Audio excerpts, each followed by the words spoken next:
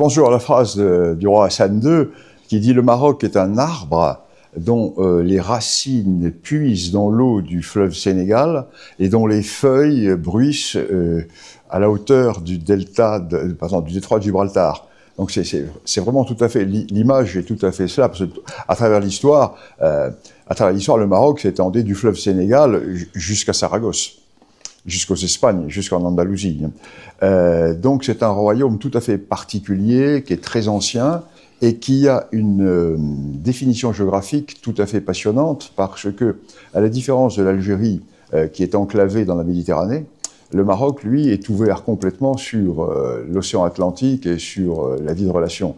Et c'est pour cela que la récupération du Sahara dit occidental, en fait le Sahara marocain, était un point essentiel dans l'histoire de la redéfinition et de la géopolitique future du Maroc. Parce que le Maroc va avoir un avenir très important, avec en plus des grands projets de gazoducs maritimes qui vont partir depuis le Nigeria, qui vont longer tout le littoral de l'Ouest africain et qui vont aboutir au Maroc, à Tanger. Tanger va être le point d'aboutissement du gaz africain. C'est des projets considérables. Il y a une géopolitique complète qui est en train de se redéfinir. Et on voit d'ailleurs bien les grandes puissances qui sont en train d'abandonner l'Algérie et qui se tournent vers le Maroc, car le Maroc est un pays d'avenir, s'il n'y a pas de problèmes sociaux.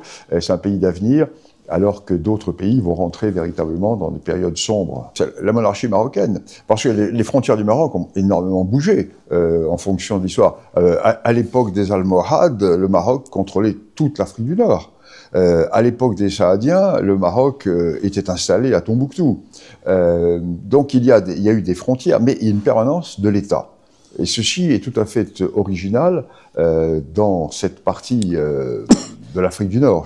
Je crois que l'institution monarchique fait qu'il y a véritablement une union à travers les populations qui sont différentes, parce que vous avez un vieux fond berbère sur lequel vient se rajouter un élément arabe, et la fusion se fait à travers la monarchie.